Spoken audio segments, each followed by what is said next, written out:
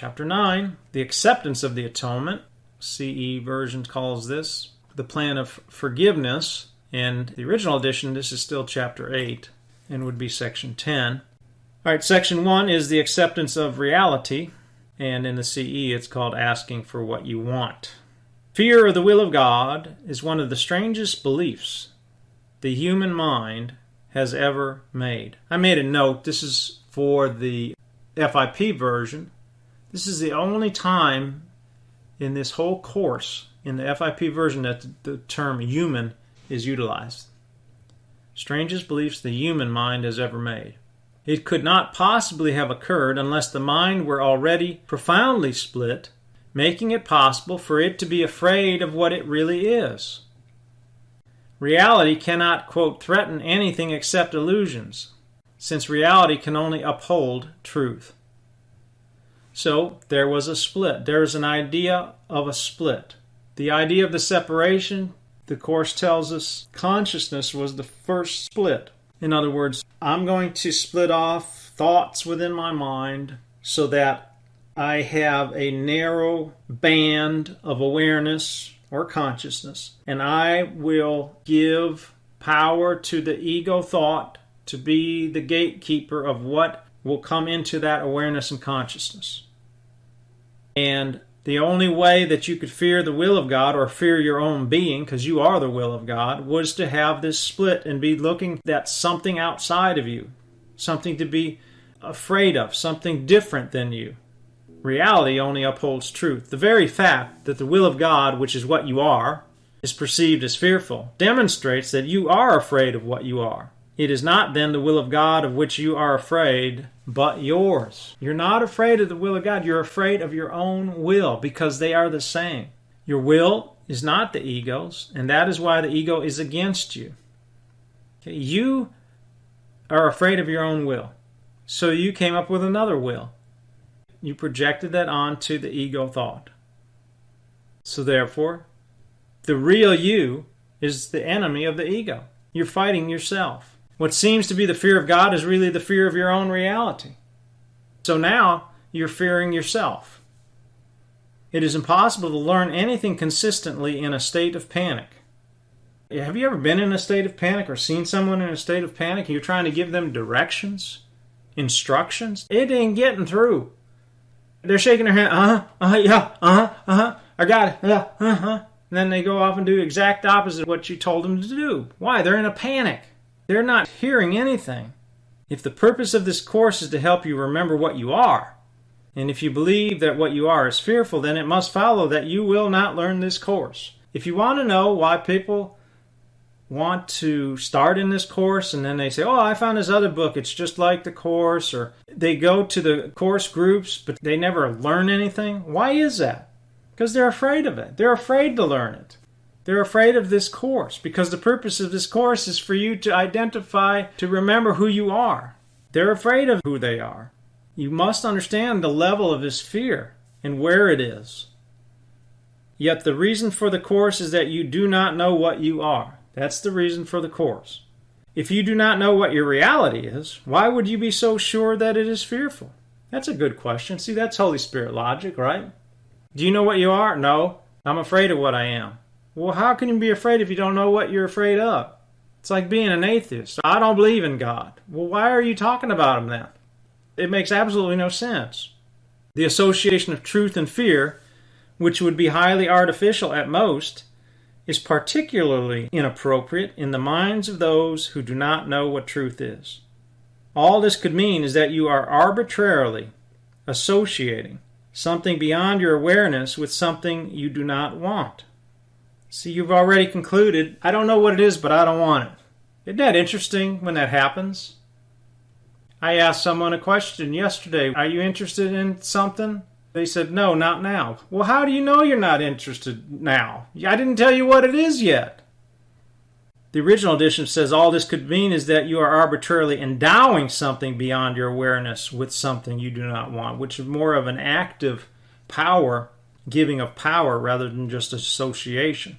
It is evident then that you are judging something of which you are totally unaware. You have set up this strange situation so that it is impossible to escape from it without a guide who does know what your reality is. The purpose of this guide is merely to remind you of what you want. Let me go back there. It is impossible to escape what you set up without a guide. You set up a maze, I set up a maze, and it is amazing. You cannot get out of this without the Holy Spirit's help. Therefore, if the Holy Spirit didn't exist, the plan of atonement didn't exist, you're stuck. You'd never get out of it. You'd go down every road. You ever see some of these really technical, complicated mazes? You'd be going round and around and around. Oh, no, dead end. That's what we've been doing our whole lives, in all our lives, however you want to look at that. Dead end after dead end after dead end. But we still think we can get our way out, but we're not listening. Turn up the voice for the guide, and you'll get out of the maze.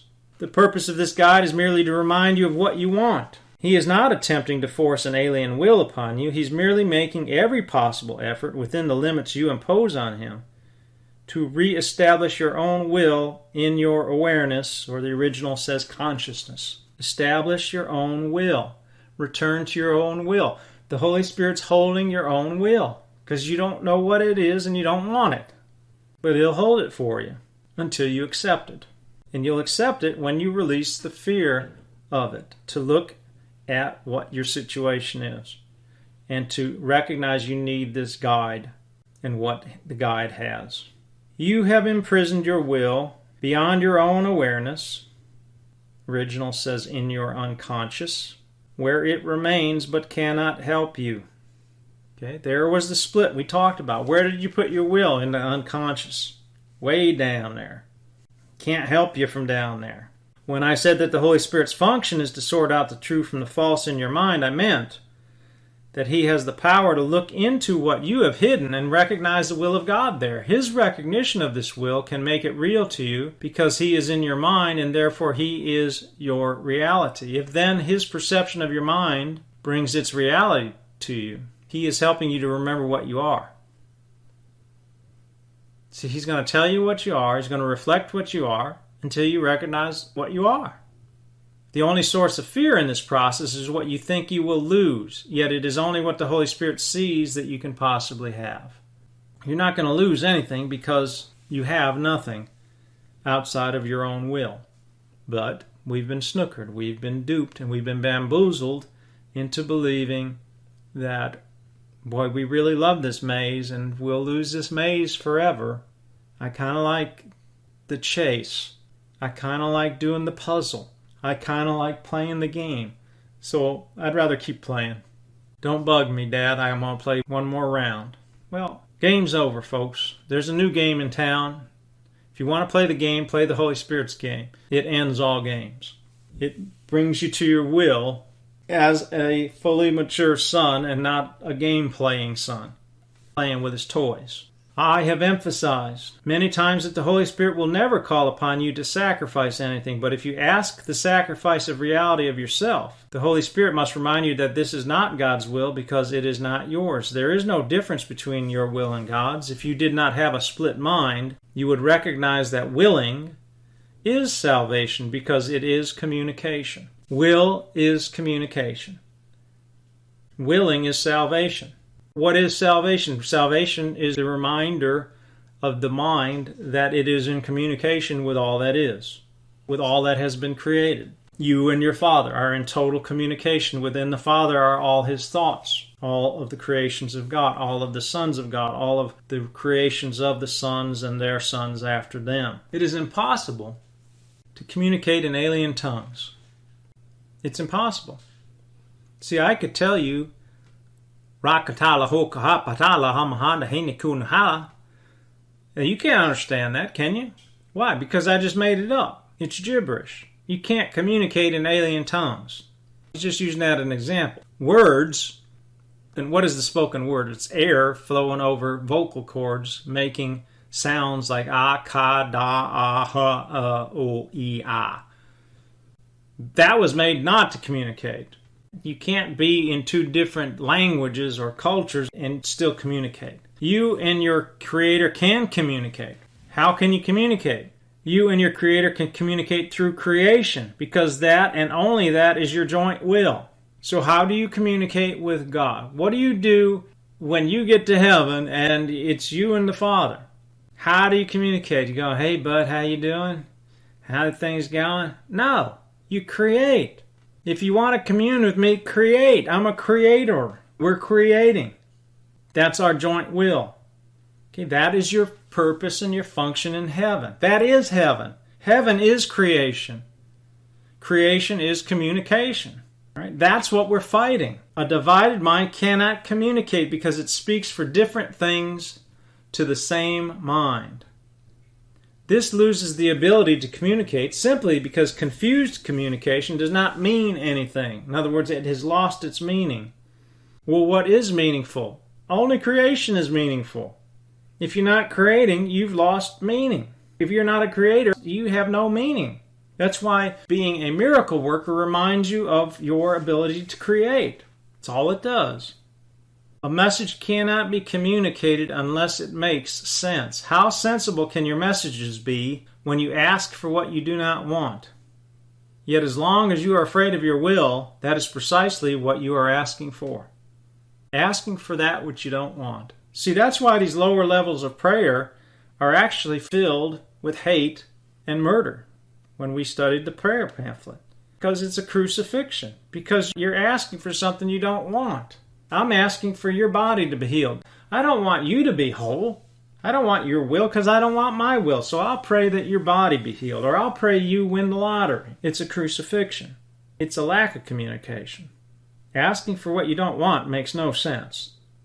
But the only reason we do that in our senseless is because of fear. Fear makes you goofy. Senseless. Insane. You may insist that the Holy Spirit does not answer you, but it might be wiser to consider the kind of questioner you are. You do not ask only for what you want. This is because you are afraid you might receive it, and you would. So what do? We don't ask for what we want. Why? We're afraid we'll get it. So what do we ask for? Everything else. And then we wonder why he won't give it. He can't give it. He's holding your will for you. That is why you persist in asking the teacher who could not possibly give you what you want. Of him, you can never learn what it is, and this gives you the illusion of safety.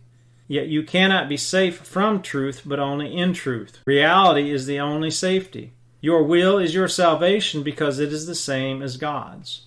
The separation is nothing more than the belief that it is different. So what was the separation? The idea my will and the Father's are different. What came from that? Split mind. Consciousness, the first split after the separation. No right mind can believe that its will is stronger than God's. If then a mind believes that its will is different from his, it can only decide either that there is no God or that God's will is fearful. This again is Holy Spirit reason or logic. Think about this. No right mind can believe that its will is stronger than God's. So what are you left with? You are left with either, if it's different from his, either there's no God or God's will is fearful. It's only two choices you have. So there you have the atheist and the fearful religious person. That's what results from this thought. The former accounts for the atheist and the latter for the martyr. That's what I just said. Who believes that God demands sacrifice. Well, God does not demand sacrifice. Either of these insane decisions will induce panic because the atheist believes he is alone and the martyr believes that God is crucifying him. So we just had Stephen Hawking, the great physicist, who said he was an atheist. I'm just a computer hooked to his brain. If he believed that, well, how did that come projecting out? Oh, I'm a body, but I communicate through a computer that is the brain that substitutes for my brain and my sickness. And when I die, the computer gets turned off. That's the loneliest guy on earth. Loneliness. But it's no different than the flip side of the coin, which is that God is demanding sacrifice of you. He's crucifying you. Self-flagellation. Being poor. Like Mother Teresa. Mother Teresa, miserable.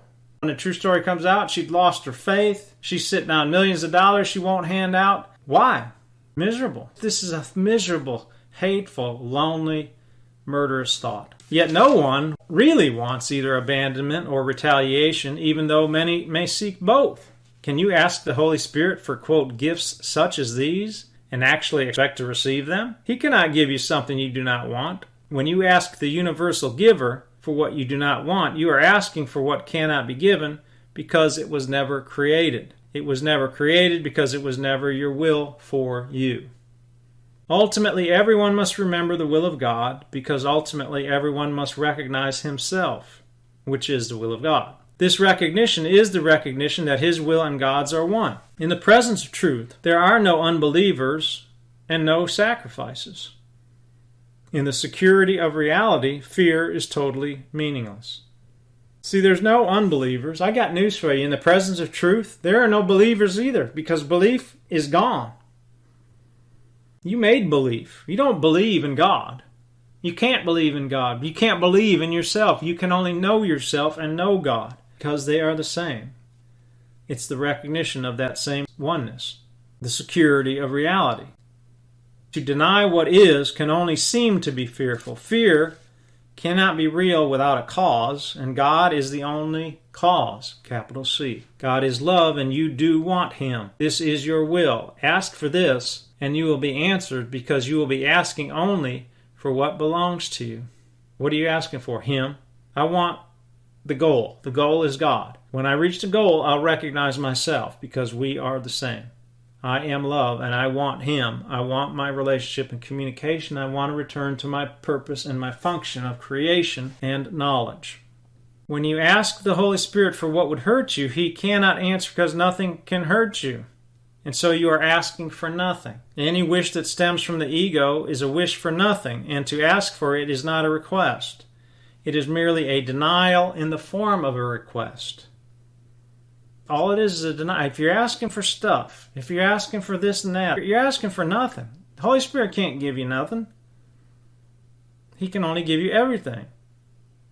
So you're denying everything in the form of request for nothingness, a little bit of nothingness or a lot of nothingness. The Holy Spirit is not concerned with form, being aware only of meaning. The ego cannot ask the Holy Spirit for anything because there is complete communication failure between them. Yet you can ask for everything of the Holy Spirit because your requests to him are real, being of your right mind. Would the Holy Spirit deny the will of God, and could he fail to recognize it in his Son? So this clarifies a little bit about who the you is. See, you want God. You can ask the Holy Spirit, and you can only ask the Holy Spirit correctly. And the Holy Spirit cannot deny what you ask. But this other identity, this split mind, it can't ask the Holy Spirit anything because it has no communication with it. You do not recognize the enormous waste of energy you expend in denying truth. What would you say of someone who persists in attempting the impossible, believing that to achieve it is to succeed? You ever see that this thought, how crazy can appear even in the bell curve of this insane asylum that we live in? Like the guy last week that hooked himself up in some trailer with some railroad tracks to a rocket, trying to prove that the earth is flat. Did you see this guy? I mean, he goes shooting up in his rocket. Fortunately, he had a second parachute. And he comes down, lives, all banged up. Oh, I guess I'll be sore tomorrow. Did you get what you looked for? No. So what'll he do? Is he going to wake up? No, he's going to get it on another rocket. Like on the cartoons or those old movies where they just blast right out into space. It's the same thought. Don't think that that guy's really nuts, but I'm asking for Jesus to help me hit the lotto and think that I'm different. It's the same thing. The belief that you must have the impossible in order to be happy is totally at variance with the principle of creation. God could not will that happiness is dependent on what you could never have. The fact that God is love does not require belief, but it does require acceptance. It is indeed possible for you to deny facts, although it is impossible for you to change them. If you hold your hands over your eyes, you will not see, because you are interfering with the laws of seeing. Kind of reminds me of the Three Stooges. Curly's going, I can't see, I can't see, I can't see. Moe goes running over to him, well, what's wrong? I got my eyes closed. He smacks him in the back of the head. That's what we need to get, smack each other in the back of the head and tell ourselves to open our eyes. Quit interfering with the laws of true vision. If you deny love, you will not know it because your cooperation is the law of its being. You cannot change laws you did not make, and the laws of happiness were created for you, not by you. You were created to be happy. Why? Because God is happy and He wants to share happiness. So He extends happiness to you. What is your happiness? To do the exact same thing He did. Create happies. Create happy minds. Create happy souls. You can't change these laws. They were made or created. The laws were created by the action of the extension of love. Any attempt to deny what is must be fearful, and if the attempt is strong, it will induce panic. Deny what is. Did you ever see somebody, I don't have to pay taxes. Government, such and such law says we don't have to pay taxes. Right. And then you're the one that's crying when they're putting the cuffs on. Or shaking knowing that they're coming to get you. It is not going to work. You're denying what is. You're denying a law. And I know that's just a legal situation, but it's reminiscent of what we're talking about. You can't fight reality. Willing against reality, though impossible, can be made into a very persistent goal even though you do not want it. But consider the result of this strange decision. You are devoting your mind to what you do not want. See, what a miracle worker does is recognizes his brothers, and only that part of the brother which is real, which is that which wants the will of God. So I look at you as a miracle worker, and I only agree with that which is what you want. I know what you want. You think you want everything else. You think you want nothing. I know what you want, and I'm going to give you and agree with what you want. Why? Because that's all I want. And that is the light. And that is the sharing of that light. You are devoting your mind to what you do not want. How real can this devotion be? If you do not want it, it was never created. If it were never created, it is nothing. Can you really devote yourself to nothing? No, you cannot. What are devotions? The Course says altars are devotions. Jesus said you can be devoted to a brother and they can be devoted to you. But only to the extent that you're devoted to them. But Jesus is totally devoted to us. So we can trust Him to be able to devote ourselves to Him, to meet Him at the altar of devotion. God, in His devotion to you, created you devoted to everything and gave you what you are devoted to.